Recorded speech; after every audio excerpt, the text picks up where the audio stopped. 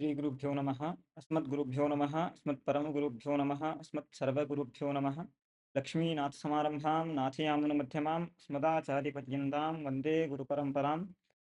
मातापिता युवतयस्तनया विभूतिः सर्वं यदेव नियमेन्मदन्वयानाम् आद्यस्य नः कुलपतेर्वकुलाभिरामं श्रीमत्तदङ्घ्रियुगलं प्रणमामि मूर्ध्ना। यो नित्यमच्युतपदाम्बुजयुग्मरुक्मव्यामोहतस्तदितराणि तृणाय मेने। अस्मद्गुरोर्भगवतोऽस्य दयैकसिन्धोः रामानुजस्य चरणौ शरणं प्रपद्ये। शाण्डिल्याः वयवं सवारिधिविधुं श्रीकौसले सार्चकं विश्वक्सेनेतीन्द्रदेशिकपदद्वन्द्वारविन्दाश्रितं स्वाचार्ये सुयतौ जगद्गुरुवरे श्रीरामनारायणे नित्यं सक्तमतिं जगद्गुरुवरं श्रीवासुदेवं भजे। येनाक्षरसमाम्नायमधिगम्य महेश्वरात् कृत्स्नं व्याकरणं प्रोक्तं तस्मै पाणिनये नमः। वाक्यकारं वररुचिं भाष्यकारं पतञ्जलिं पाणिनिं सूत्रकारं च प्रणतोऽस्मि मुनित्रयं। मुनित्रयं नमस्कृत्य तदुक्तिः परिभाव्य च वैयाकरणसिद्धान्तकौमुदीयं विरच्यते। नमः सर्वेभ्यः। संप्रति हम लोग वैयाकरण सिद्धांत कौमुदी के अध्ययन क्रम में पुनः उपस्थित हैं। गत व्याख्यान में वैयाकरण सिद्धांत कौमुदी ग्रंथ में प्रकरणों का के स्थापन में क्या बीज है, किस क्रम से प्रकरणों की व्यवस्था स्थापित किया है श्रीमान दीक्षित जी ने, इस विषय को देखा था। अवरोहण क्रम से ग्रंथों प्रकरणों की व्यवस्था को। तदनंतर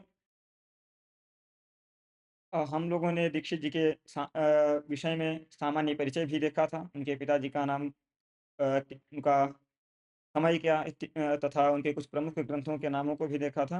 इन सब विषयों के बाद मंगला ग्रंथ में प्रारंभ करते हुए हम लोगों ने मंगलाचरण की कर्तव्यता में प्रमाण क्या है, मंगलाचरण की करना चाहिए इस बात के लिए प्रमाण क्या है, तो शिष्टाचारानुमित जो श्रुति है वो श्रुति मंगलाचरण की कर्तव्यता में प्रमाण है, ऐसा बताया था।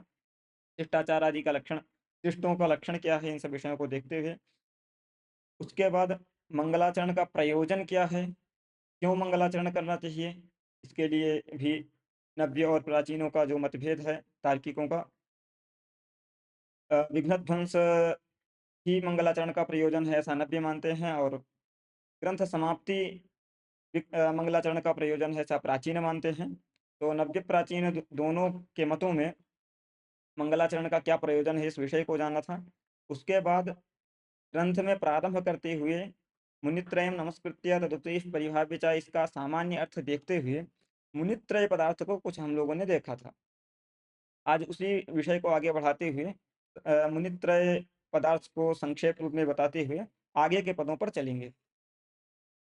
मुनित्रयम नमस्कृत्य तदुक्तिः परिभाव्य च वैयाकरण सिद्धांत कौमुदीयं विरच्यते, ये जो मंगल पद्य है श्रीमान दीक्षित के द्वारा विरचित, इसमें मुनि नाम त्रयम मुनित्रयम ऐसा प्रथम पद है। इसी पर हम लोग विचार कर रहे थे कि मुनि नाम त्रयम में मुनि नाम के में जो षष्ठी सुनाई पड़ रही है, वह षष्ठी किस अर्थ को बता रही है, किस अर्थ में षष्ठी आई है, षष्ठ्यर्थ क्या है। तो बताया था षष्ठ्यर्थ संबंध होता है, प्रकृति में क्या संबंध होगा, तो निष्ठत्व संबंध होगा षष्ठी का। अर्थात ये संबंध निर्धारण के लिए पहले अनुयोगी भूत पदार्थ का ज्ञान आवश्यक है। जैसे राज्ञः राजपदार्थ जो षष्ठी आई है, राज प्रातिपदिका जो षष्ठी आई है, उस षष्ठी का अर्थ सस्वामी भाव संबंध है। कब हम जान पाएंगे, जब पुरुष पदार्थ को, अनुयोगी भूत पुरुष पदार्थ को जान लेंगे। यदि अनुयोगी भूत पदार्थ पुत्र है तो राज्ञः पुत्र में राजपदोत्तर अथवा राज प्रातिपदिकोत्तर जो षष्ठी है, उस षष्ठी का अर्थ जन्य जनक भाव होगा। अर्थात अनुयोगी भूत पदार्थ के द्वारा ही प्रतियोगी से आने वाली षष्ठी का अर्थ निर्धारित होता है। तद्वत प्रकृति में भी मुनि नाम त्रयम में जो षष्ठी सुनाई पड़ रही है, उसका अर्थ क्या होगा, ऐसी आकांक्षा होने पर हमें अनुयोगी भूत पदार्थ देखना चाहिए। तो त्रयम की कुछ त्रयम में प्रकृति प्रत्यय का विभाग करते हुए उसका अर्थ निरूपण किया था दास ने। त्रि से संख्यावाचक त्रि शब्द, त्रि प्रातिपदिक से संख्यायाः अवयवे तयप सूत्र के द्वारा अवयवी अर्थ में तयप आता है। अवयवी अर्थ में तयप आता है, अर्थात तयप का अर्थ अवयवी होता है। उसी तयप के स्थान पे पुनः द्वित्रिभ्याम तयस्याज्वा सूत्र के द्वारा अयच आदेश होके त्रयम ऐसा शब्द बनता है। त्रयम द्वयम द्वयम त्रयम, द्वित्रिभ्याम तयस्याज्वा, दो तीन के से ही अयच होता है। तो द्वयम त्रयम इत्यादि शब्दों की निष्पत्ति होती है। अब अवयव अर्थ में विद्यमान जो संख्यावाची प्रातिपदिक है, उससे अवयवी अर्थ में अर्थात समुदाय अर्थ में हमने तयब किया था, प्रत्यय किया था। अर्थात त्रि का अर्थ है तृत्व संख्या विशिष्ट विशिष्ट अवयव, नाम तृत्व विशिष्टा या संख्या तद विशिष्ट अवयव। ये त्रि का अर्थ है तृत्व विशिष्ट, तृत्व संख्या विशिष्ट अवयव प्रकृत्यर्थ त्रिपदार्थ। समुदाय प्रत्ययार्थ तय पदार्थ, नाम तयप अर्थ। इदानीं प्रकृत्यर्थस्य त्रिपदार्थस्य तृत्व संख्या विशिष्ट अवयवस्य प्रत्ययार्थे समुदाय रूपे अर्थे अन्वयः कृतः आसीत्। तथा सति त्रयमित्यस्य अर्थः आगतः आसीत्। तृत्व संख्या विशिष्टः यः अवयवः तद्घटितः समुदायः इत्युक्ते त्रिसंख्याक अवयव विशिष्ट समुदाय, ऐसा आया था। इसमें तृत्व संख्या विशिष्ट अवयव घटित समुदाय जो त्रय पदार्थ है, उसके एक देश में तृत्व में, क्योंकि पदार्थ पूरा ये इतना बड़ा त्रय पदार्थ पूरा बड़ा है, तृत्व संख्या विशिष्ट अवयव घटित समुदाय ये त्रय पदार्थ है, उसका एक देश जो तृत्व है, उस तृत्व में मुनि का अन्वय हुआ। तृत्व में जब मुनि का अन्वय हुआ तो जो जिसका अन्वय होता है वो प्रतियोगी होता है, जिसमें अन्वय होता है वो अनुयोगी होता है, सामान्य रूप से ऐसा समझा जा सकता है। अब मुनि पदार्थ का तृत्व संख्या विशिष्ट अवयव घटित समुदाय का जो एक देश तृत्व है, उस तृत्व में मुनि पदार्थ का अन्वय करेंगे। जब मुनि पदार्थ का तृत्व में अन्वय करेंगे तो क्या संबंध हो, अब अनुयोगी हमें पता चल गया, अनुयोगी तृत्व है, उस तृत्व में मुनि पदार्थ का अन्वय हो रहा है। ठीक है। तो तृत्व में यदि मुनि पदार्थ का अन्वय होगा तो संबंध क्या हो सकता है, षष्ठ्यर्थ क्या हो सकता है, विचार कीजिए जरा। ये तृत्व जो है ये मुनि में रहता है, मुनि में निष्ठ है, मुनि में तृत्व संख्या जो है ये मुनि में रहता है। जब तृत्व संख्या मुनि में रह रही है तो मुनि निष्ठ तृत्व संख्या संख्या होगी। जैसे घट भूतल में रहता है तो भूतल वृत्ति घट होता है, भूतल निष्ठ घट होता है। उसी प्रकार तृत्व संख्या यदि मुनि में रह रही है तो मुनि निष्ठ तृत्व संख्या होगी। अतः अतः अर्थात जो संबंध है, षष्ठ्यर्थ संबंध है, नसर्थ है, वो निष्ठत्व होगा। अर्थात निष्ठत्व संबंध के द्वारा मुनि पदार्थ, मुनि नस तृत्व ऐसा है, मुनि पदार्थ का निष्ठत्व संबंध के द्वारा नसर्थ के द्वारा तृत्व संख्या में अन्वय होगा तो मुनि निष्ठ तृत्व संख्या विशिष्ट अवयव घटित समुदाय, ऐसा संपूर्ण वाक्य बनेगा। मुनि निष्ठ तृत्व संख्या विशिष्ट अवयव घटित समुदाय। अब मुनि निष्ठ तृत्व संख्या विशिष्ट अवयव कौन होगा? मुनि निष्ठ तृत्व संख्या विशिष्ट अवयव मुनि ही होंगे। मुनि निष्ठ तृत्व संख्या विशिष्ट अवयव अवयवाः मुनयः। अतः तृत्व संख्या क्या त्रिमुनि घटित समुदाय, अर्थात तृत्व संख्या विशिष्ट अवयव घटित समुदाय था। तृत्व संख्या विशिष्ट अवयव कौन होगा? अवयव मुनि ही बनेंगे, क्योंकि मुनियों का ही समुदाय है। अतः मुनि निष्ठ तृत्व संख्या विशिष्ट अवयव मुनि, मुनि निष्ठ तृत्व संख्या विशिष्ट अवयव मुनि, तादृश मुनि घटित समुदाय अर्थात त्रिमुनि घटित समुदाय, ये त्रय पदार्थ का अर्थ है, मुनि त्रयम का अर्थ आया था। अर्थात त्रिमुनि घटित समुदायम नमस्कृत्य नमस्कारं कृत्वा इयं वैयाकरण सिद्धांत कौमुदी विरच्यते। इतना हम लोगों ने देख लिया था।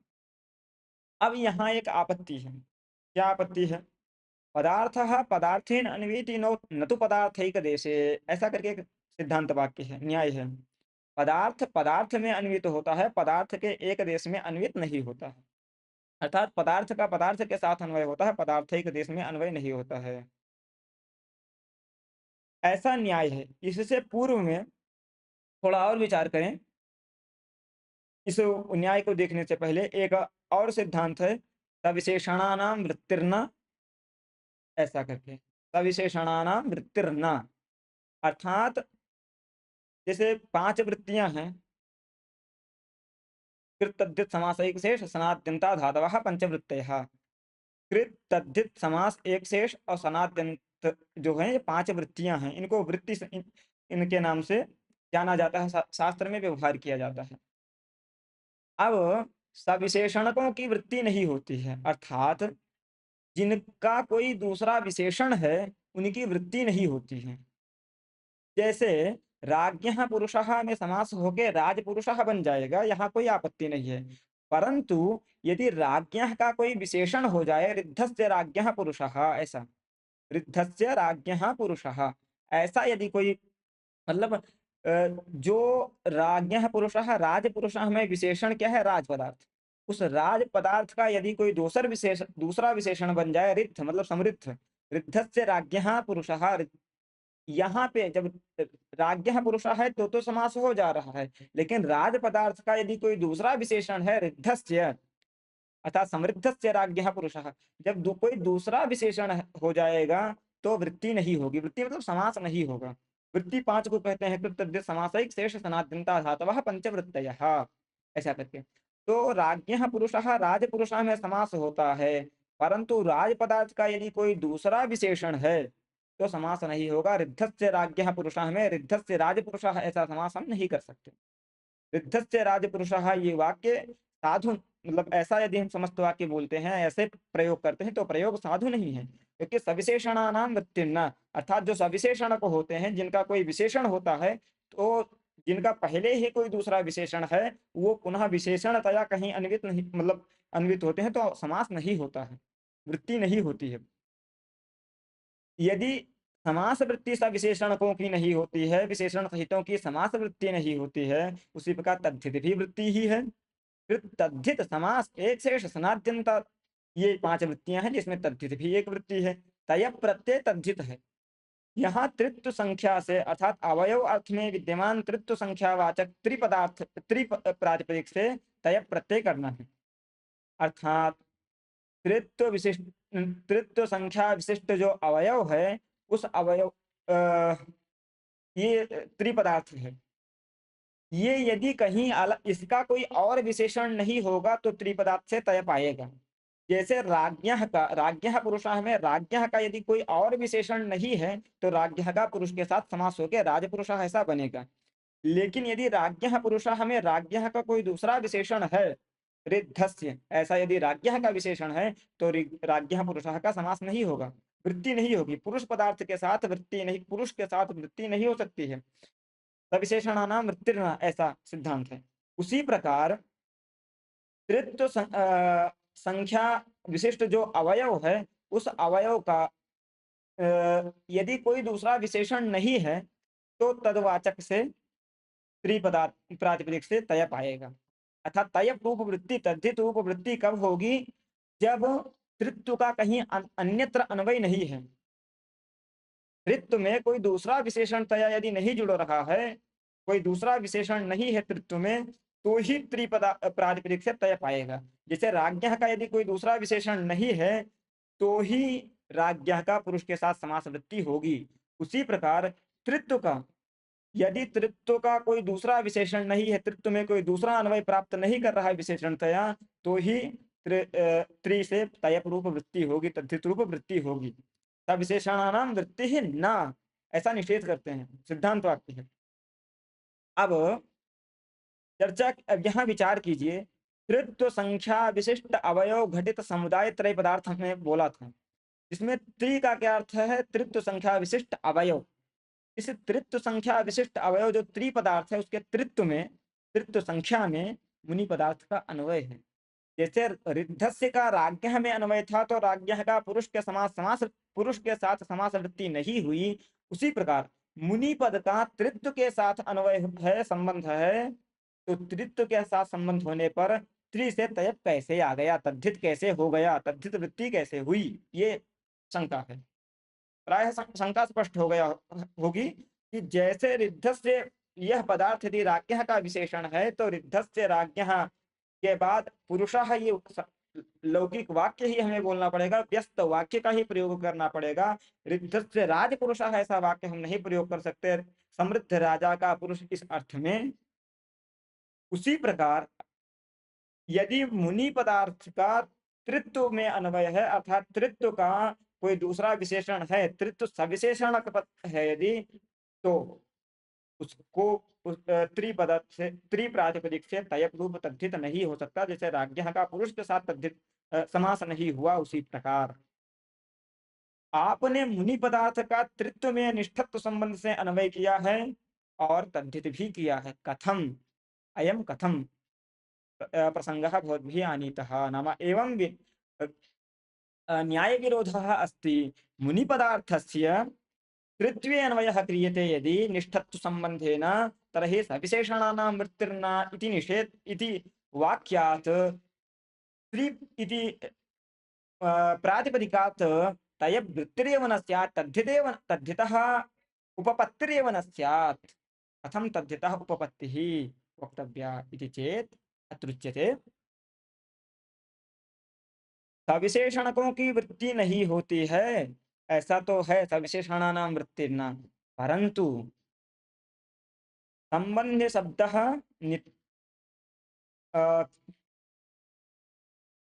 हाँ, संबंधी शब्द सापेक्षो नित्यं सर्वा समस्यते। संबंधी शब्दों संबंधी शब्द सापेक्षो नित्यं सर्वा समस्यते इत्यादि हरिकारिका के अनुसार सविशेषणक पदार्थों की वृत्ति नहीं होती है, परंतु यदि संबंधी शब्द हैं, संबंधी हैं, अर्थात नियताकांक्षा है, नियत रूप से आकांक्षा है, तो वहां पे सविशेषणकों की भी वृत्ति होती है। सविशेषणकों की वृत्ति नहीं होती है, रिद्धस्य राज्ञः पुरुषः में समास नहीं होगा। लेकिन यदि नित्याकांक्षा है, नियत रूप से आकांक्षा है, तो सविशेषणकों की भी वृत्ति देखी गई है। कहाँ? ये नियताकांक्षा कैसे है? जैसे राज्ञः पुरुषः राजपुरुषः में समास होता है, लेकिन राज्ञः का यदि कोई दूसरा विशेषण रिद्ध है तो राज्ञः पुरुषः में समास वृत्ति नहीं होगी। ये ठीक है। यदि राज्ञः का किसी दूसरे पदार्थ के साथ नियत आकांक्षा हो, नियमेन यदि आकांक्षा हो, तो नियत आकांक्षा होने पर, अन्य विशेषण होने पर भी राज पदार्थ का पुरुष के साथ संबंध हो जाएगा, समास हो जाएगा। उदाहरणार्थ जैसे देखें, देवदत्तस्य गुरुकुलम, ऐसा वाक्य है। देवदत्तस्य गुरुकुलम इत्यस्य कः अर्थः? देवदत्तस्य गुरोः कुलम, देवदत्तस्य गुरोः कुलम, देवदत्तस्य गुरुकुलम इति।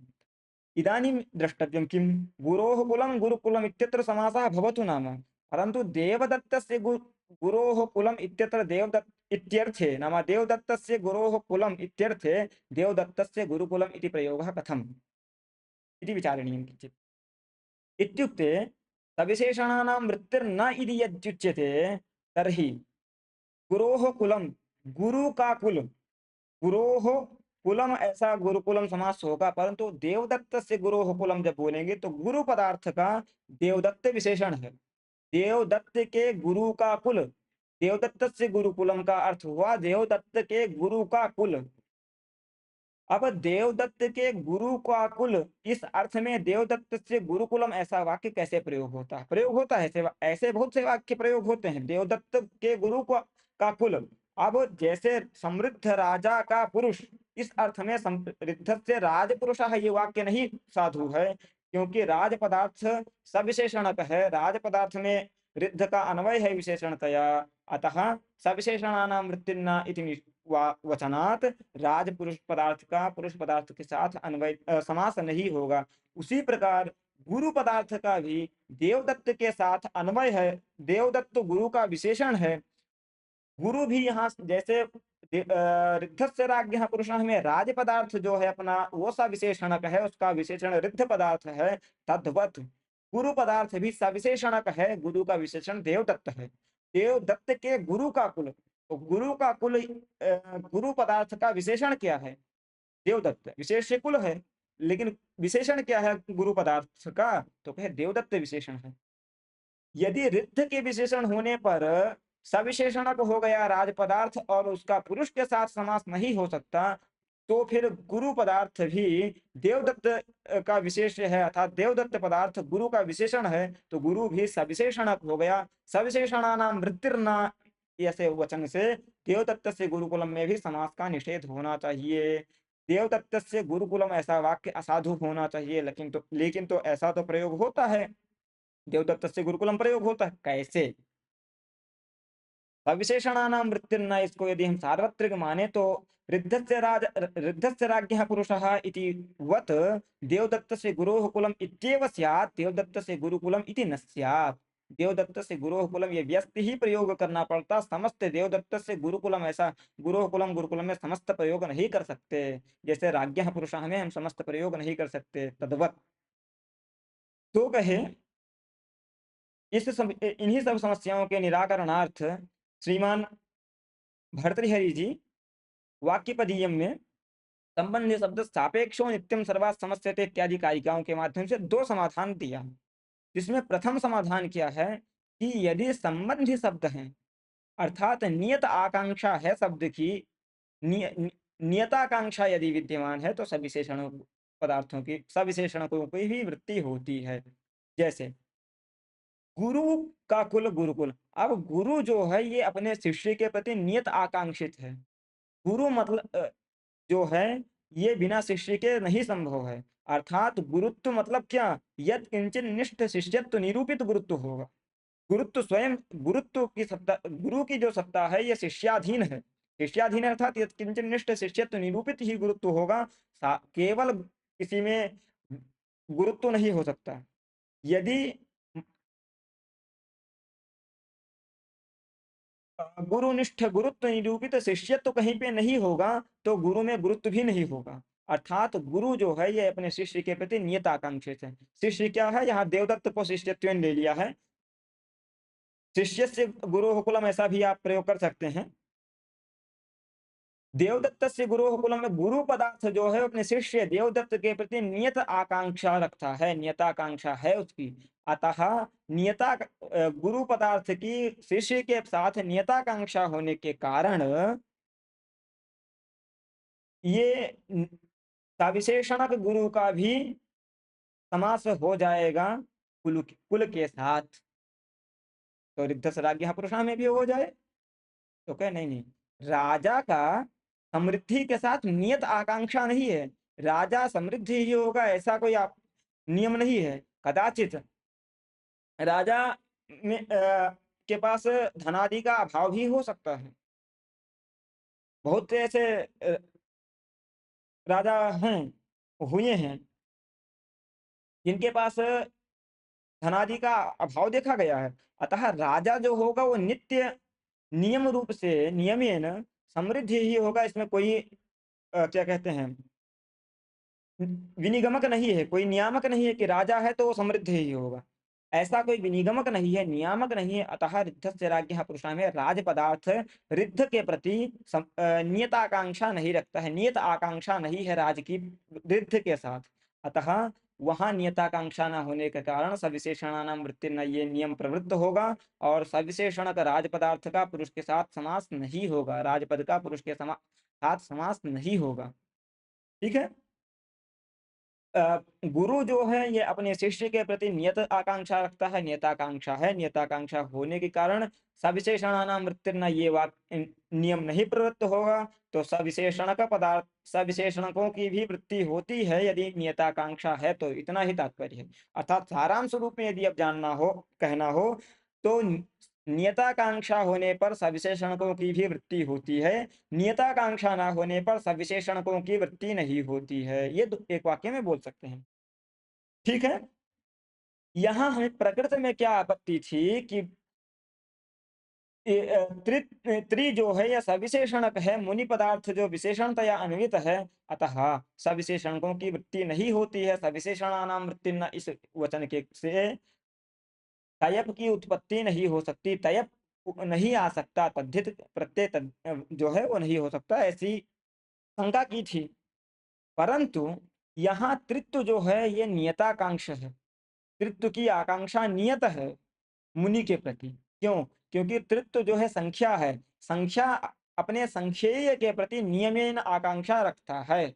नियम रूप से नियततया संख्या अपने संख्येय की आकांक्षा रखता है, संख्या किसी न किसी संख्येय में ही होगी।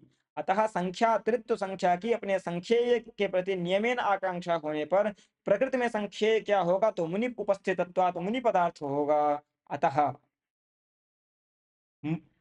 मुनि पदार्थ के साथ संख्येय रूप मुनि पदार्थ के साथ तृत्व संख्या की नियमेन आकांक्षा होने के कारण सविशेषणक से भी तद्धित तैप आ जाएगा, कोई आपत्ति नहीं है। ठीक है। अब ये पदार्थ, हाँ पदार्थेन अन्वेति न तो पदार्थ एक देशे, ऐसा ऐसा भी एक वो है। ठीक है। आप सविशेषणकों की वृत्ति होती नियताकांक्षा यदि है, नियमेन आकांक्षा है, तो सविशेषणकों की भी वृत्ति होती है, ऐसा आपने हरिकारिका से इत्यादि वचनों से सिद्ध किया। ठीक है, तयप हो जाएगा। परंतु पदार्थः पदार्थेन अन्वेति न तो पदार्थैक देशेन, ऐसा जो वाक्य है इसकी क्या गति? पदार्थः पदार्थेन अन्वेति न तो पदार्थैक देशेन, इस न्याय की क्या गति? क्योंकि यह न्याय कहता है पदार्थ पदार्थ के साथ अन्वित होता है। मुनि पदार्थ का आपने पदार्थैक देश तृत्व में अन्वय किया है, क्योंकि त्रय एक पदार्थ है। त्रय पदार्थ क्या है? तृत्व संख्या विशिष्ट अवयव घटित समुदाय, ये त्रय पदार्थ है। तदैक देश तृत्व में मुनि पदार्थ का आपने अन्वय किया। पदार्थैक देश में पदार्थ का अन्वय कर दिया, पुनः न्याय विरोध है। पहले तो तद्धित ही नहीं हो सकता, ऐसा पूर्व पक्षी ने शंका की।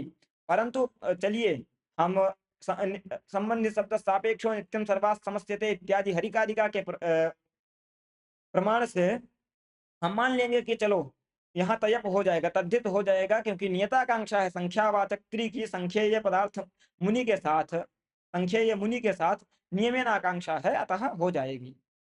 परंतु पदार्थः पदार्थः पदार्थेन अन्वेति न तो पदार्थैक देशेन, इसकी क्या गति? आपने पदार्थिक देश में क्यों अन्वय कर दिया? तो यहाँ भी हम वही कहेंगे कि पदार्थिक देश में भी यदि नियमेन आकांक्षा हो तो पदार्थिक देश अन्वय भी स्वीकार किया जाता है। अर्थात पदार्थ पदार्थेन अन्वेति न तो पदार्थिक देशेन, यह भी जो न्याय है, यह यदि नियमेन आकांक्षा है, नियततया आकांक्षा है, तो नहीं प्रवृत्त होता। पदार्थ पदार्थेन अन्वेति न तो पदार्थैक देशेन, यह वाक्य जहाँ पे नियमेन आकांक्षा नहीं है, नियत आकांक्षा नहीं है, वही प्रवृत्त होता है। प्रकृत प्रसंग में तृत्व संख्यावाचक त्रि की संख्यावाचक मुनि के साथ नियमेन आकांक्षा, मतलब तृत्व पदार्थ की मुनि पदार्थ के साथ नियमेन आकांक्षा है। नियमेन आकांक्षा होने के कारण पदार्थैक देश में भी अन्वय स्वीकार किया जाएगा। ठीक। परंतु वादी भद्रं न पश्यति। अतः यदि किसी का आग्रह हो जाए कि पदार्थ पदार्थेन अन्वेति न तो पदार्थैक देशेन, यह जो न्याय है सार्वत्रिक है, हम पदार्थैक देश में अन्वय नहीं मानेंगे, हम पदार्थ का पदार्थ में ही अन्वय करेंगे, पदार्थैक देश में अन्वय नहीं करेंगे, तो क्या करेंगे? अब मुनि पदार्थ यदि पदार्थ पदार्थेन अन्वेति न तो पदार्थैक देशेन, इसका मैंने एक समाधान दे दिया कि पदार्थ का पदार्थ के साथ ही अन्वय होता है, लेकिन नियमेन आकांक्षा होने पर पदार्थैक देश अन्वय भी स्वीकार किया जाता है। सामान्यतः पदार्थैक देश अन्वय नहीं स्वीकार किया करते हैं, परंतु नियमेन आकांक्षा होने पर पदार्थैक देश अन्वय भी स्वीकार करते हैं। परंतु यदि कोई आग्रह ही करके बैठ जाए कि नहीं, हम तो पदार्थैक देश अन्वय मानेंगे ही नहीं, तो उसके लिए क्या? ठीक है, ना मानो, तो समाधान दूसरा देना पड़ेगा। अब जब पदार्थेन अन्वेति ऐसा पूर्व पक्षी आग्रह करके बैठ जाएगा कि नहीं, हम पदार्थैक देश अन्वय मानेंगे ही नहीं, तब हमें मुनि पदार्थ का पदार्थ में ही अन्वय करना पड़ेगा, पदार्थैक देश तृत्व में अन्वय नहीं कर सकते। ठीक है। मुनि पदार्थ का पदार्थैक देश में अन्वय न करके, तृत्व में अन्वय न करके, तृत्व संख्या विशिष्ट अवयव घटित समुदाय में ही अन्वय करना पड़ेगा पड़ेगा अर्थात समुदाय में साक्षात अन्वय करना होगा हमको। तब अब पुनः संबंध बदलेगा। क्या संबंध होगा? अब घटितत्व संबंध होगा। ठीक है। तृत्व संख्या विशिष्ट अवयव घटित समुदाय, ऐसा त्रय पदार्थ है। उस त्रय पदार्थ में घटितत्व संबंध से मुनि पदार्थ का अन्वय होगा। जब घटितत्व संबंध से अन्वय होगा तो अर्थात त्रय पदार्थ में ही हम अन्वय करेंगे, तो भी अर्थ वही आएगा, त्रिमुनि घटित समुदाय, क्योंकि तृत्व संख्या विशिष्ट अवयव कौन? मुनि ही होगा। जब तृत्व संख्या विशिष्ट अवयव मुनि ही होगा तो तदघटित समुदाय घटितत्व संबंध से अन्वय हो जाएगा। अब तृत्व संख्या विशिष्ट अवयव ये उपस्थित कौन होगा? पहले पूर्व फल में क्या था, जब हम तृत्व में अन्वय कर रहे थे तो तृत्व में तृत्व जो था ये मुनि पदार्थ का तृत्व में निष्ठत्व संबंध से अन्वय था, इसलिए तृत्व संख्या विशिष्ट अवयव मुनि हो जाते थे साक्षात। परंतु यहाँ थोड़ा-सा वैलक्षण्य क्या है कि तृत्व संख्या विशिष्ट अवयव घटित समुदाय में हम मुनि का अन्वय कर रहे हैं, तृत्व में नहीं कर रहे हैं। तो अब तृत्व संख्या विशिष्ट अवयव क्या होगा? जब तृत्व में मुनि का अन्वय है, तब तो क्या मुनिनिष्ठ तृत्व संख्या विशिष्ट अवयव मुनि ही होंगे। ये हमें साक्षात लब्ध हो जाएगा, प्राप्य हो है। परंतु समुदाय में ही यदि अन्वय करेंगे, तृत्व संख्या विशिष्ट अवयव घटित समुदाय में ही यदि मुनि पदार्थ को हम अन्वित करावें, तब तृत्व संख्या विशिष्ट अवयव कौन होगा? तो कहे उपस्थितत्वात् मुनि पदार्थ को ही लेंगे, क्योंकि तृत्व संख्या विशिष्ट अवयव कौन होगा, ऐसा जब विचार करेंगे तो उपस्थितत्वात् मुनि पदार्थ उपस्थित है, उपस्थितम परित्यज्य अनुपस्थिते अनुपस्थितौ प्रमाणम नास्ति। उपस्थित पदार्थ को छोड़ के अनुपस्थित की कल्पना करने में क्या बीज है? अतः मुनि पदार्थ उपस्थित है तो तृत्व संख्या विशिष्ट अवयव मुनि होंगे, उसका घटितत्व संबंध से पुनः समुदाय में अन्वय हो जाएगा। अ, अर्थ आएगा त्रिमुनि घटित समुदाय, वो अर्थ वही आएगा। त्रिमुनि घटित समुदाय में त्रिमुनि, ये जो तृत्व संख्या विशिष्ट अवयव त्रिमुनि मुनि हुआ, ये उपस्थित क्या कहते हैं, उपस्थितत्वात् अवयव मुनि ही बनेंगे, ऐसा। अब यहाँ मुनि नाम में जो षष्ठी सुनाई पड़ रही है घटितत्व है, क्योंकि मुनि रूप जो अवयव हैं उनसे घटित होगा समुदाय। मुनि में तो तृत्व संख्या रहेगी, अतः वहां निष्ठत्व संबंध है जब तृत्व में अन्वय होगा। लेकिन जब मुनि का समुदाय में अन्वय होगा तो घटितत्व संबंध होगा। वही ये लिख रहे हैं, ननु पदार्थ पदार्थेन अन्वेति न तो पदार्थैक देशेन इति न्यायेन त्रित्वस्य पदार्थैक देशतया अन्वय असंभवेन मुनि पदार्थस्य त्रय पदार्थे एव घटितत्व संबंधेन अन्वयः। ठीक, एतेन मुनि पदार्थस्य अभेदेन त्रिपदार्थे अन्वय मुनीनाम् इति षष्ठ्यनुपपत्तिः अभेदे षष्ठ्यभावात् सविशेषणानां वृत्तिर्न वृत्तस्य विशेषण योगो न इति वार्तिकेन तयपः सिद्धिरिति च परास्तम इत्यादिपुरुषः सुंदरः इति। हाँ ठीक, आगे और विशेष लिख रहे हैं, क्या कहते हैं, उपमितम व्याघ्रादि सामान्य प्रयोग इत्यादि सूत्रों से ज्ञापन, क्योंकि अभी भी ये पदार्थिक देशी आप समुदाय में अन्वय कर रहे हैं, विशेष में अन्वय कर रहे हैं। विशेष में अन्वय कर रहे हैं तो भी तो पदार्थिक देशी ही है, चाहे तृत्व संख्या विशिष्ट अवयव घटित समुदाय ये पूरा पदार्थ है, तो तृत्व में अन्वय करेंगे तो भी पदार्थिक देश है, समुदाय में अन्वय करेंगे तब भी तो पदार्थिक देश ही है। तृत्व संख्या विशिष्ट अवयव घटित समुदाय ये पूरा पदार्थ है। अब आप मुनि को तृत्व संख्या विशिष्ट अवयव घटित समुदाय में अन्वय करें तब चलेगा, लेकिन आप समुदाय में अन्वय कर रहे हैं, अर्थात चाहे पदार्थ के एक देश विशेषण में अन्वय करें, चाहे पदार्थ के एक देश विशेष में अन्वय करें, है तो पदार्थ एक देश ही। तो अभी भी तो वही पूर्वोक्त दोष है ही, पदार्था पदार्थेन अन्वेति न तो पदार्थ एक देशे न। अब कैसे आप विशेष में अन्वय क्यों कर दिए? तो कहो उपमितम व्याघ्रा देखिए सामान्य प्रयोग इत्यादि सूत्रों में सामान्य प्रयोग इस वचन के द्वारा पदार्थैक देश विशेष में अन्वय होता है, पदार्थैक देश विशेषण में अन्वय नहीं होता है, ऐसा ज्ञापित करते हैं। अर्थात पदार्थैक देश विशेषण में अन्वय नहीं होता है, ये ज्ञापित नहीं करते हैं। ये तो फलितार्थ बोल दिया दास। पदार्थैक देश विशेष्य में अन्वय होता है। वहाँ उपमितम व्याघ्रादि सामान्य प्रयोगे में सामान्य प्रयोगी ये ज्ञापक है। यदि पदार्थैक देश विशेष में भी हम पदार्थेन अन्वेति न तो पदार्थैक देशेन, इस न्याय के कारण पदार्थैक देश विशेष में भी यदि अन्वय नहीं मानेंगे तो उपमितम व्याघ्रादि सामान्य प्रयोगे सूत्र में सामान्य प्रयोगे यह ग्रहण ही व्यर्थ हो जाएगा। कैसे होगा तो ये सब थोड़ा विस्तृत हो जाएगा उस सूत्र को जो हम पढ़ेंगे, तो सामान्य प्रयोगे इसको देखेंगे। अभी सामान्य रूप से हम आगे बढ़ रहे हैं। ये तो हो गया मुनित्रयम, अर्थात त्रिमुनि घटित समुदाय। मुनित्रयम नमस्कृत्य इत्युक्ते त्रिमुनि घटित समुदायम नमस्कृत्य। अब यहाँ एक विषय और है, ये तीनों मुनियों को नमस्कार कर रहे हैं या मुनियों के समुदाय को नमस्कार कर रहे हैं? तो कहे जो नमस्कार है वो यद्यपि समुदाय को भीत है, परंतु वो तदवयवों में भी अन्वित होगी, अर्थात नमस्कार मुनित्रय को भी होगा। आगे विचार आएगा तो स्पष्ट हो जाएगा।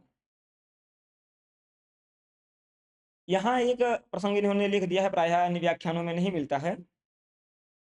यत्तु, आप देखिएगा, यत्तु से देखिएगा, यत्तु त्रिशब्दस्य त्रयशब्दस्य च संख्यारूप गुणवाचकतया पूरणगुणसहितार्थ सदव्ययतव्य समानाधिकरणेन इति सूत्रेण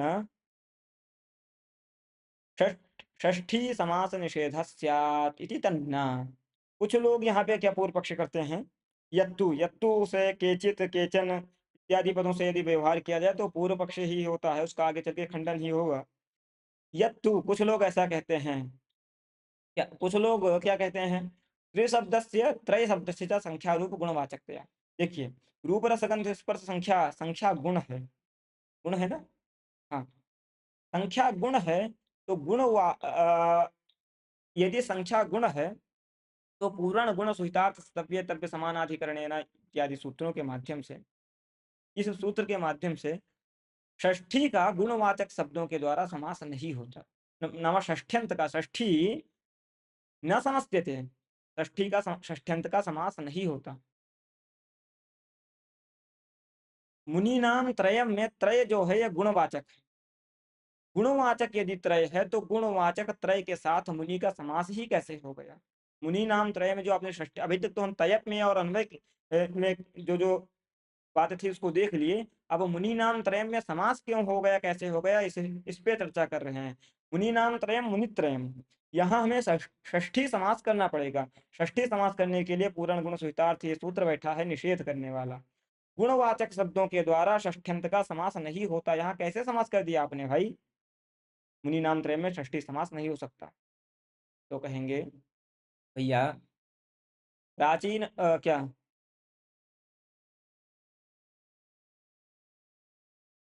यहाँ दो मत है, प्राचीनों का और नव्यों का, दोनों मत से समाधान हो सकता है। पूर्ण गुण में गुण पदार्थ को दो तरीके से व्याख्याकारों ने लिया है।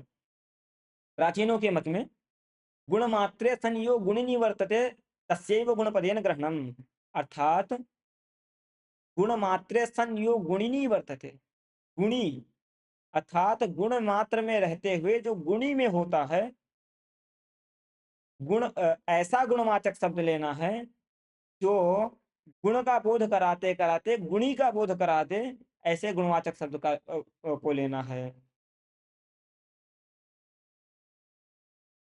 परंतु शेखरकार यहाँ पे क्या कहते हैं कि गुण मात्रवाचिन गुणपदेन ग्रहणम, जो गुण मात्रवाची है शुक्लत्व इत्यादि, उन्हीं का गुण शब्द से ग्रहण होगा। अर्थात गुणवाचक पदों के द्वारा, गुणवाचक पदों का गुणवाचक समर्थ सुबंध का षष्ठ्यंत समास नहीं होता। यहाँ गुणवाचक कैसा गुण लेना है, तो जो गुण मात्र को बताने वाले हैं। यहाँ प्रकृति में त्रिपदार्थ जो है अथवा त्रय जो है, यह हमारा त्रय गुण मात्र वाचक नहीं है। आद सदा संख्या संख्येये, ऐसा वचन है। आद सतत संख्या संख्येये, आद सतः अर्थात 10 पर्यंत जो संख्या होती हैं, 1 2 3 4 5 6 7 8 9 10, ये आदशतः संख्या संख्येय, 10 पर्यंत संख्याएं अपने संख्येय को बताती हैं। यहाँ पद जो है, त्रय जो है, ये त्रिसंख्या है ना, तो संख्या अपने संख्येय मुनि को भी बताएगी। केवल संख्यावाचक त्रि शब्द नहीं है, अपितु संख्येय मुनिवाचक भी है प्रकृति में। अतः पूर्ण गुण सुहितार्थ सदव्य तव्य इति सूत्र में गुणवाचकात षष्ठी न समस्यते, ये जो निषेध है, वहां गुणपद से हमें गुणमात्रवाचकात ऐसा लेना पड़ेगा। यहाँ प्रकृति में त्रि जो है अथवा त्रय जो है, ये गुणमात्रवाचक नहीं है, अभी तो संख्या के साथ साथ संख्येय को भी बताने वाला है। अतः षष्ठी समास हो जाएगा, निषेध की प्रवृत्ति नहीं होगी।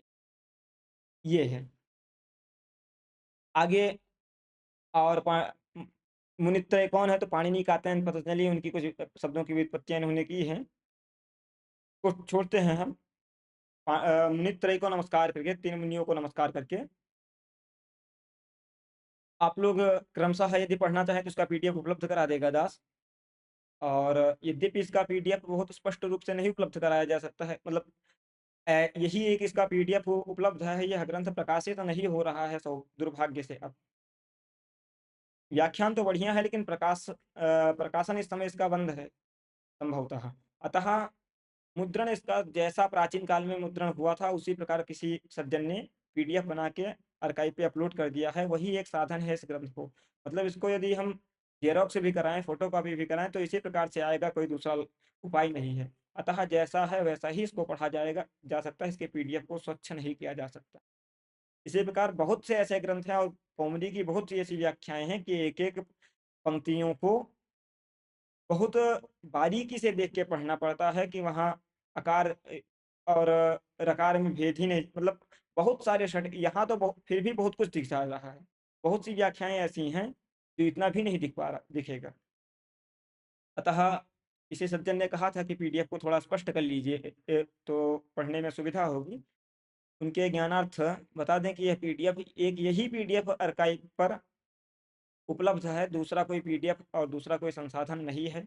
न इसका इस समय मुद्रण हो रहा है, किस ग्रंथ को खरीद लिया जाए। अतः इसी के अनुसार पढ़ना पड़ेगा। भविष्य में यदि समय मिलेगा तो इसका पुनः पुनः टंकन इत्यादि करा के पुनः मुद्रण कराया जाएगा, तो फिर देख कुछ हो सकता है। ठीक है, अभी हम चलते हैं आगे। मुनित्रयम नमस्कृत्य तदुक्ति परिभाव्य च वैयाकरण सिद्धांत कौमुदीयम विरच्यते में हमने मुनित्रय को सामान्य रूप से देख लिया है। अब नमस्कृत्य पर भी हम थोड़ा चर्चा कर लें। प्रति पदार्थ को हम देखेंगे, एक दो दिन थोड़ा मंगलाचरण को बढ़िया से पढ़ेंगे, काफी इसमें वाक्यार्थ भी है। यहाँ मुनित्रय पर जब हम थोड़ा चर्चा करते हैं, विचार करना प्रारंभ करते हैं, तो आप देखिए मुनित्रयम नमस्कृत्यम में मुनित्रय में द्वितीया कैसे आ गई, ये थोड़ा विचारणीय विषय है। क्योंकि नमस्स्वस्ति स्वाहा स्वधा लम वषट योगाच्च, ऐसा महर्षि पाणिनि का सूत्र है।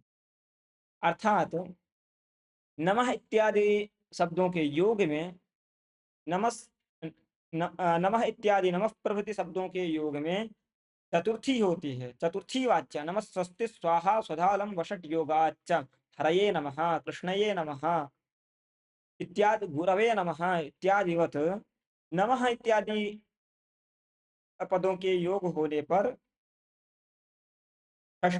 चतुर्थी होती है।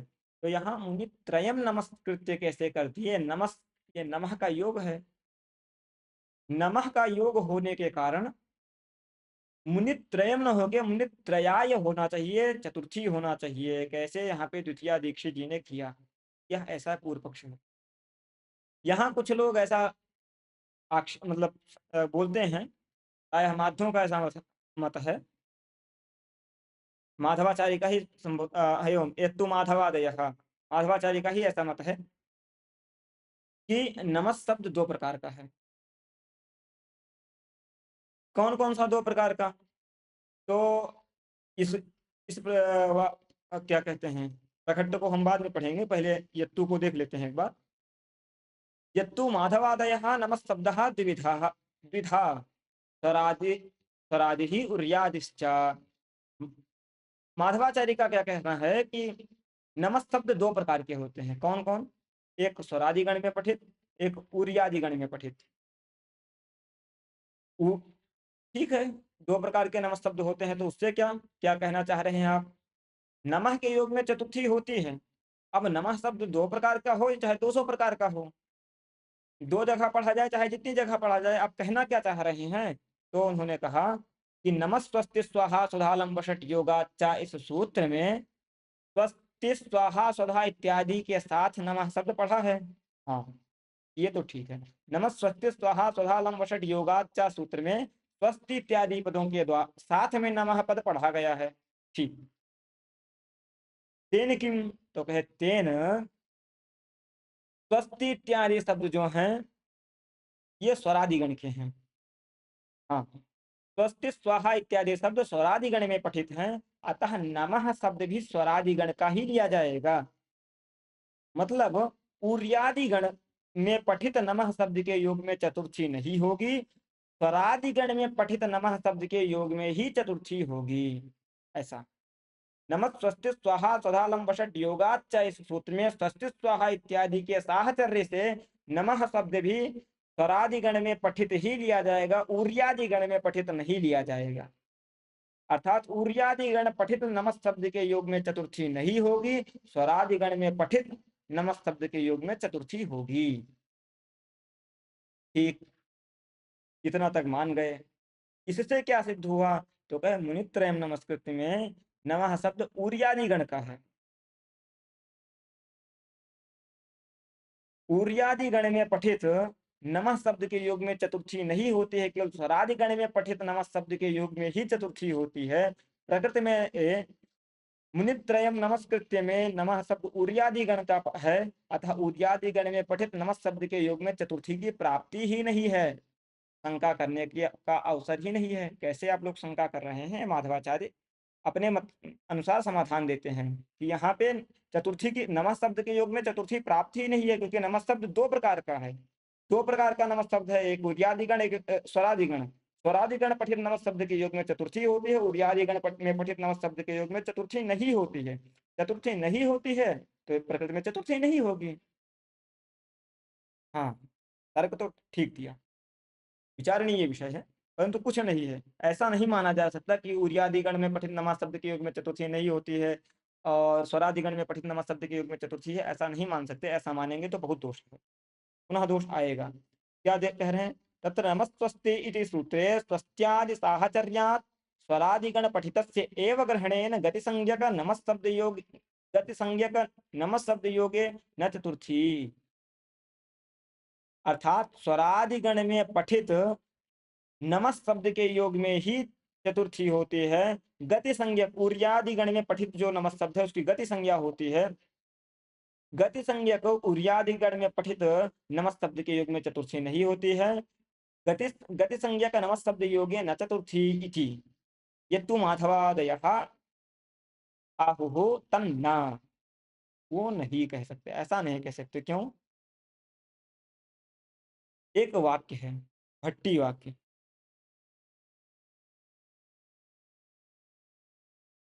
भट्टी प्रयोग है एक, रावणाय नमस्कुर्यात्, ऐसा। अब यदि उर्यादि गण में पठित था, अर्थात गति संज्ञक नमः शब्द में के योग में चतुर्थी नहीं होती है, जैसे मुनित्रय में गति संज्ञक नमः शब्द के योग में मुनि पदार्थ मुनित्रय से चतुर्थी नहीं हुई है जो आप कह रहे हैं श्रीमान जी।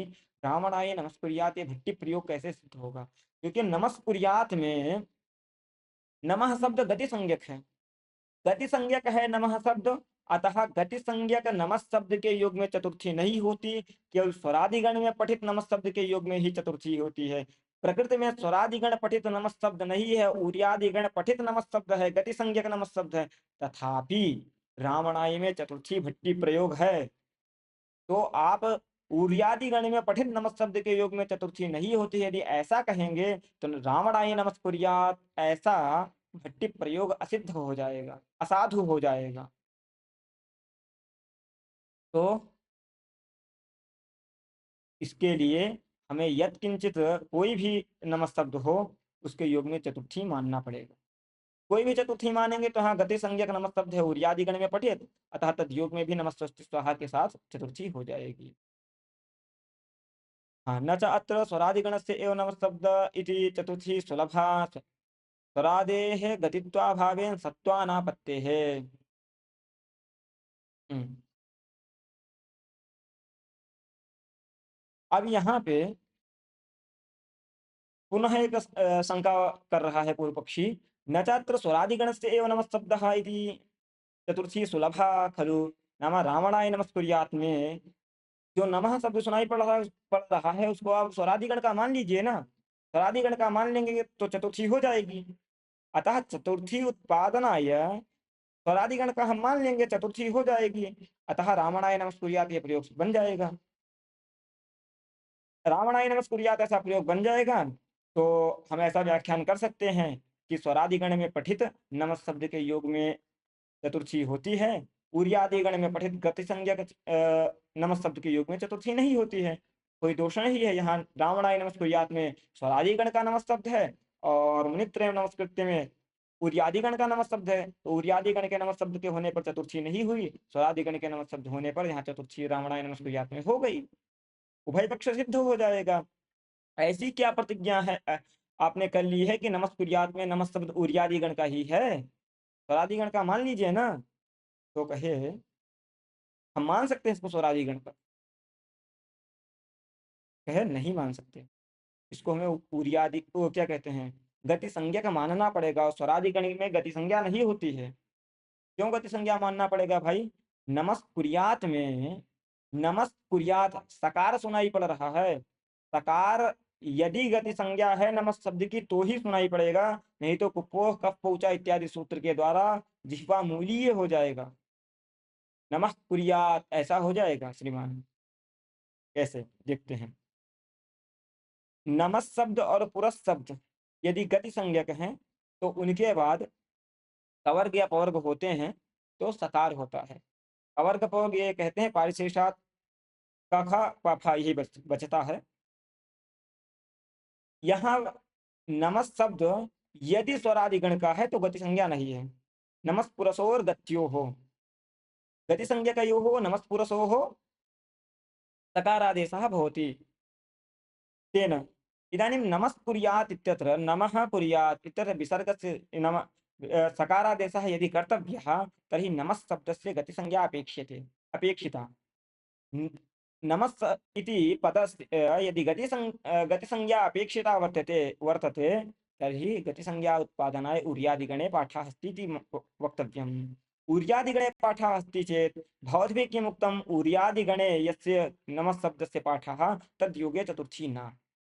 अत्र उर्यादिगणे पठितस्य नमः शब्दस्यापि नमः शब्दस्यैव योगः अस्ति, अतः तद्योगे कथं चतुर्थी? नमः शब्द के योग में कैसे चतुर्थी हो गई उर्यादिगण के पाठ होने पर? यहाँ हम इसको नमः शब्द को स्वरादिगण का तो सुतराम नहीं मान सकते। यदि हम इसको स्वरादिगण का मान के चतुर्थी कर लेंगे तो चतुर्थी तो आ जाएगी आपके अनुसार, पर तो नमस् में सकार कैसे आएगा? नमः कुर्यात् हो जाएगा, तब रावणाय नमः कुर्यात् ऐसा प्रयोग करना चाहिए। अतः गति संज्ञक सत्व, गति संज्ञा निमित्त सत्व और नमः शब्द निमित्तक चतुर्थी, ये दोनों दृष्ट होने के कारण हमको यही मानना पड़ेगा कि नमः शब्द योग में चतुर्थी होती हो, चाहे स्वरादिगण का हो चाहे उर्यादिगण का हो। ये एक विषय है।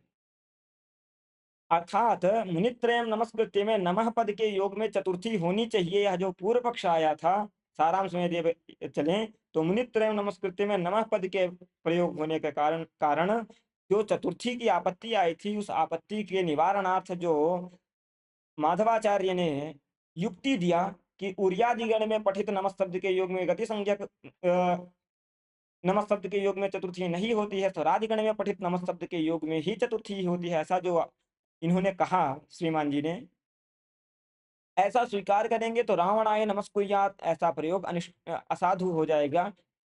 तो कहे रावणाय नमस्कुर्यात् में भी नमः को स्वरादिगण का मान लो, चतुर्थी आ जाएगी। तो कहेंगे स्वरादिगण का मान के चतुर्थी तो कर सकते हैं, लेकिन यदि चतुर्थी करने के लिए हम स्वरादिगण का मान लेंगे तो गति संज्ञा नहीं रह जाएगी, फिर सकार नहीं हो पाएगा नमस्कुर्यात् में। अतः गति संज्ञक नमः शब्द ही वहां मानना पड़ेगा। और भवदुक्त व्याख्यान का यदि आश्रयण करें तो गति संज्ञक नमः शब्द के योग में चतुर्थी नहीं हो सकती, तो रावणाय नमस्कुर्यात् ऐसा प्रयोग नहीं बन सकता। अतः रावणाय नमस्कुर्यात् इत्यत्र चतुर्थी यथा स्यात् तदर्थं नमः शब्द योगे चतुर्थी वक्तव्यं न तु उर्यादिगण पठितस्य नमः शब्द योगे चतुर्थी न स्वरादिगण पठितस्य नमः शब्द योगे चतुर्थी इत्यादिकं व्याख्येयम्। केवलम् एतावदेव व्याख्येयं नमः शब्द योगे चतुर्थी वाच्य। अब ये तो निराकरण हो गया। फिर जो पहला पूर्व पक्ष था तो फिर चतुर्थी क्यों नहीं हुई, आप ही बताइए। यह पूर्व पक्ष अभी उपस्थिति ही है। इस पूर्व पक्ष के समाधान के लिए हमको मुनित्रय की कर्म संज्ञा है ऐसा जानना पड़ेगा, और उपपद विभक्ति है कारक विभक्ति वलीयसी ऐसा न्याय है। कारक विभक्ति कर्मणि द्वितीया है और उपपद विभक्ति चतुर्थी है, अतः कर्मणि द्वितीया हो जाएगी, चतुर्थी नहीं होगी। ये सब प्रसंग है। इन सब विषयों को देखने से पहले नमस्तस्ते स्वाहा स्वधा इस सूत्र को थोड़ा सा परिष्कृत किया जाता है, तो कर रहे हैं। मतलब नमस्तस्ते स्वाहा इस सूत्र का थोड़ा सा विवेचन करना आवश्यक है।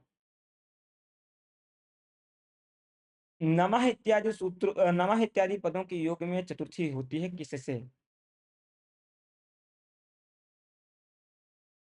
नमः इत्यादि शब्दों के प्रयोग होने पर चतुर्थी होती है किससे? तो कहेंगे नमः पदनिष्ठ विधेयता निरूपित इत्युक्ते नमः पदार्थनिष्ठ। नमस्कार, नमः इत्युक्ते नमस्कारः। नमः पदवाच्य जो पदार्थ है, उस तत्पदार्थ निष्ठ विधेयता निरूपित उद्देश्यता बोधक जो पद होता है, उससे चतुर्थी हो।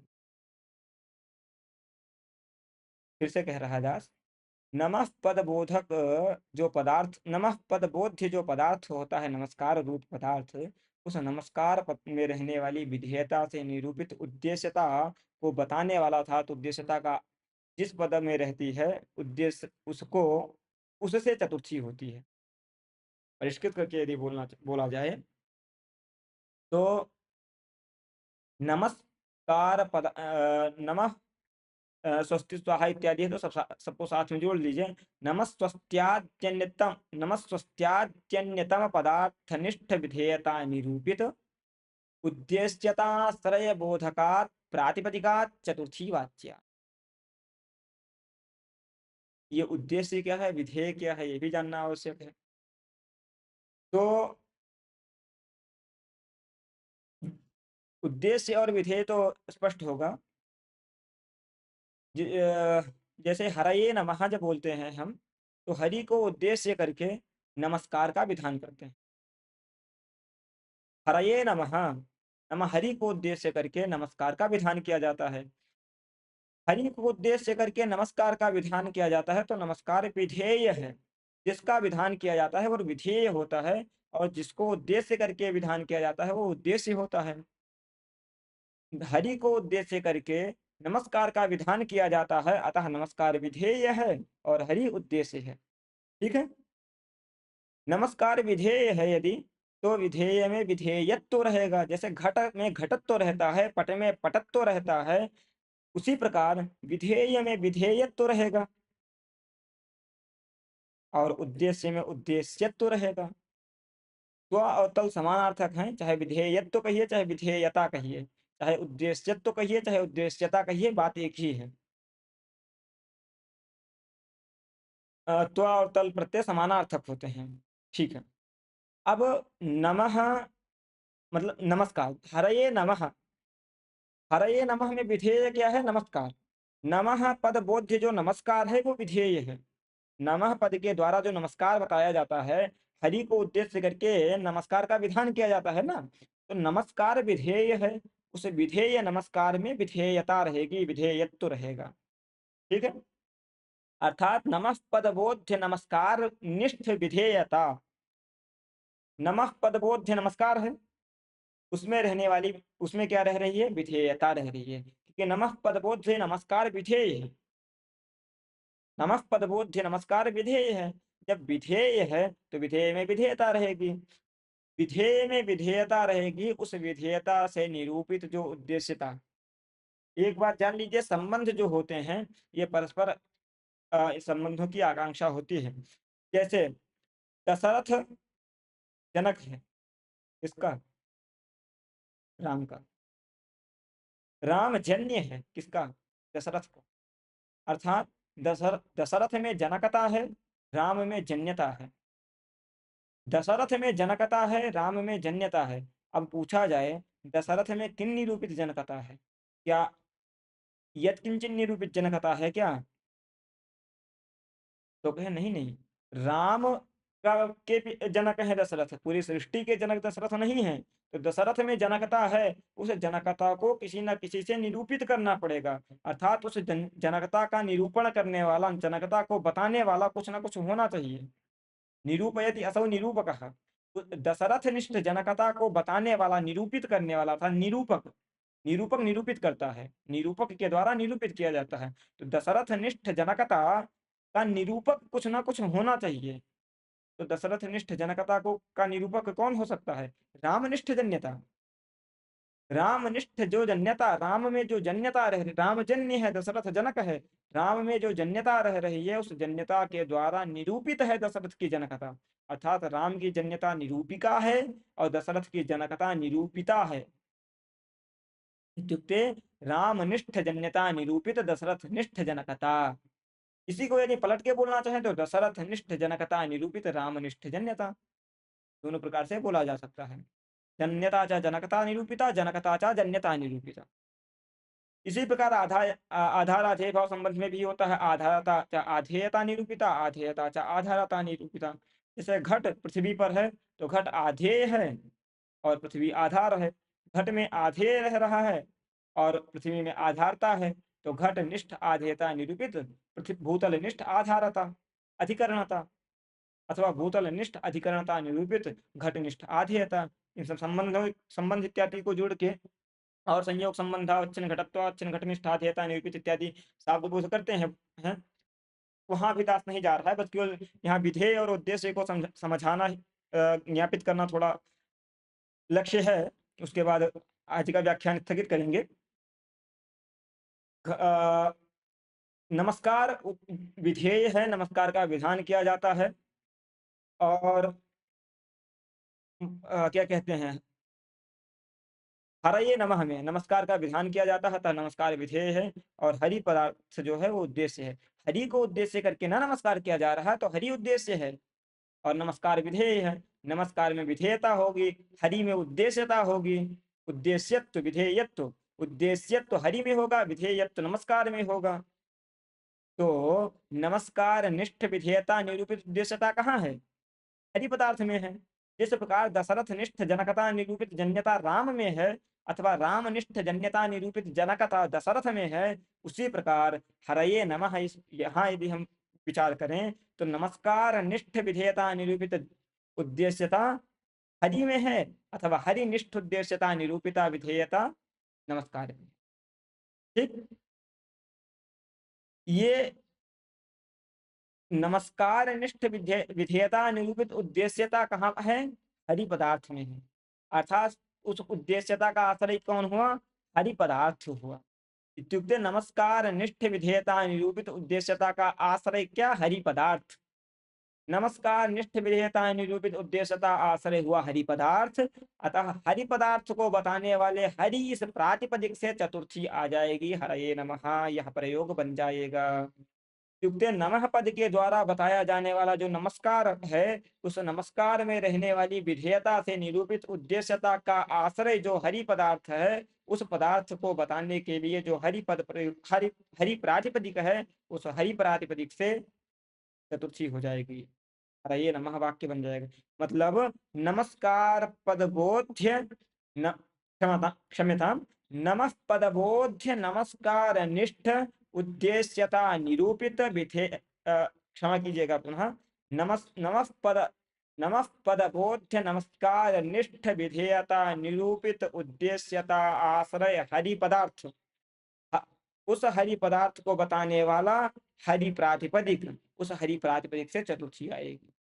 ठीक है, मतलब नमः पदबोध्य विधेयता, नमः पदबोध्य नमस्कार निष्ठ विधेयता निरूपित उद्देश्यता आश्रय बोधका प्रातिपदिका चतुर्थी वाच्य, ये है।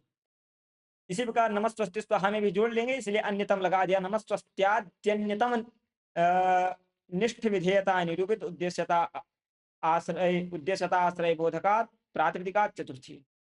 यहाँ प्रकृति में देखें तो मुनित्रयम नमस्कृत्य, नमस्कार कर रहे हैं मुनित्रय को, तो मुनित्रय उद्देश्य है और नमस्कार विधेय है। तो नमस्कार में विधेयता है, विधेयता होने के कारण नमस्कार निष्ठ विधेयता निरूपित उद्देश्यता का आश्रय मुनित्रय समुदाय होगा, उसको बताने वाला मुनित्रय प्रातिपदिक है, उस मुनित्रय प्रातिपदिक से चतुर्थी होनी चाहिए। इत्युक्ते नमः पदबोध्य नमस्कार निष्ठ विधेयता निरूपित उद्देश्यता आश्रय बोधकात् प्रातिपदिकात् मुनित्रय इति प्रातिपदिकात् चतुर्थी स्यात्, कुतो न चतुर्थी अत्र इति शंका।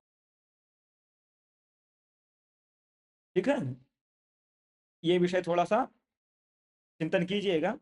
अभी 1 या 2 दिन और लग सकते हैं इस मंगलाचरण में। आराम से पढ़ेंगे हम लोग, क्योंकि बहुत से छात्रों की जिज्ञासा थी कि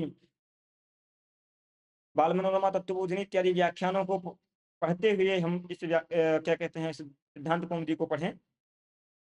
तो इस अनुसार हम देखे लेना, तो बाल मनोरमा अथवा तत्वबोधिनी में और कुछ अवशिष्ट नहीं बचेगा। पुनः एक बार केवल दास पारायण कर देगा, पंक्ति स्पष्ट हो जाएगी। बहुत से विषय ऐसे हैं जो वहां नहीं है, फिर भी परंपरा से जो प्राप्त हुए अथवा व्याख्यानों में जो कुछ लिखा है उसको भी दास योजित कर रहा है बीच बीच में ही।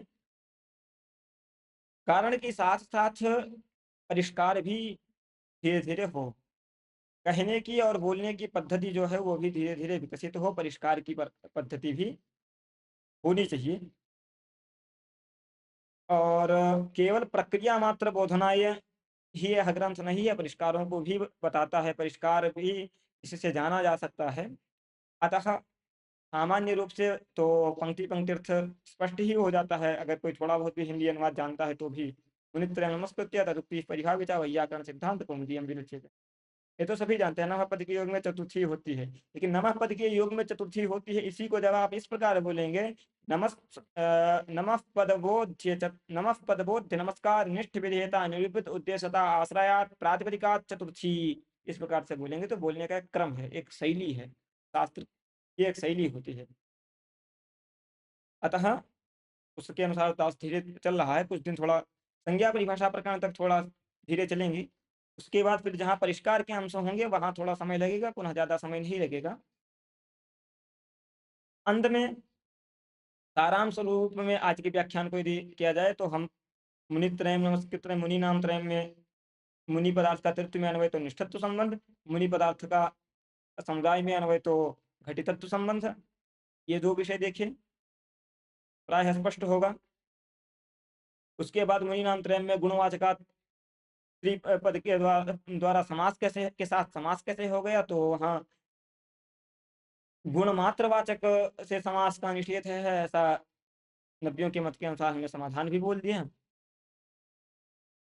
तदनंतर मुनित्रयम् नमस्कृत्य में नमः पद के योग में चतुर्थी प्राप्त है, उस चतुर्थी के वारण में माधवाचार्य ने जो पक्ष रखा कि उर्यादिगण में पठित नमः के योग में चतुर्थी नहीं होती है, स्वरादिगण में पठित नमः के योग में ही चतुर्थी होती है।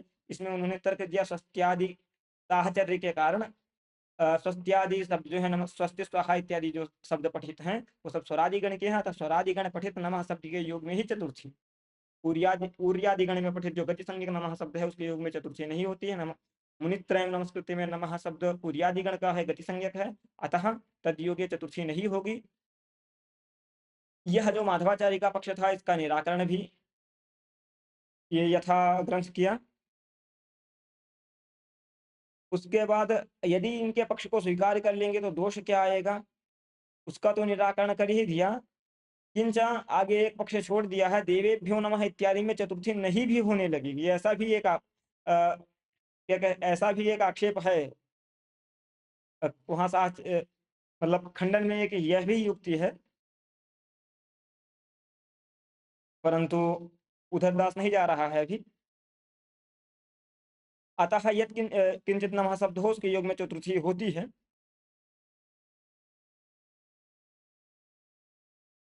ऐसा ही मानना पड़ेगा, और ऐसा मानेंगे तो मुनित्रय में चतुर्थी प्राप्त है, क्यों नहीं चतुर्थी हुई।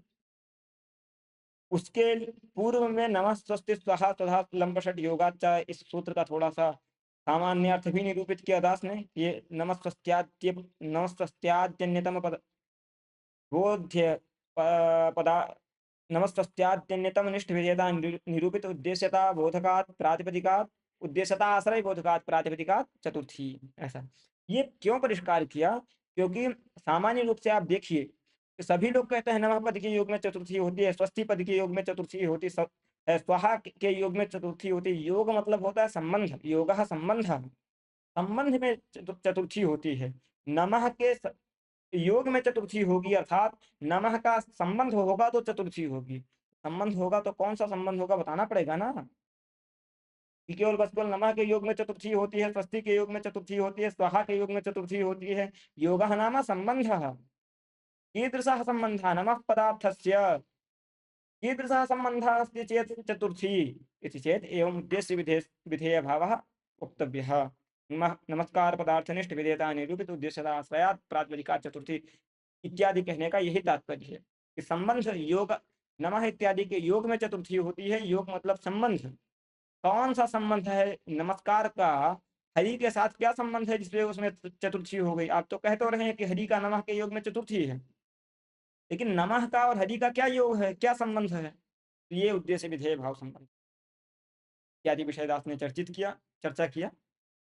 हाँ, यदि कोई विषय नहीं समझ में आ रहा है, स्पष्ट नहीं हो रहा है, तो आप उसे क्या कहते हैं, संदेश के माध्यम से कमेंट में यदि टाइप कर देंगे तो किसी अनध्ययन दिन में विशेष करके उस संदेह के निराकरणार्थ भी एक चलचित्र बनाया जा सकता है। 2-3 संदेहों को एकत्रित करके उसका समाधान देने के लिए एक चलचित्र अध्याय दिवसों में अथवा अवकाश प्राप्त होने पर किया जा सकता है। तो यदि कोई विषय नहीं समझ में आ रहा है तो आप अवश्य बताइए कि यह विषय नहीं समझ में आ रहा।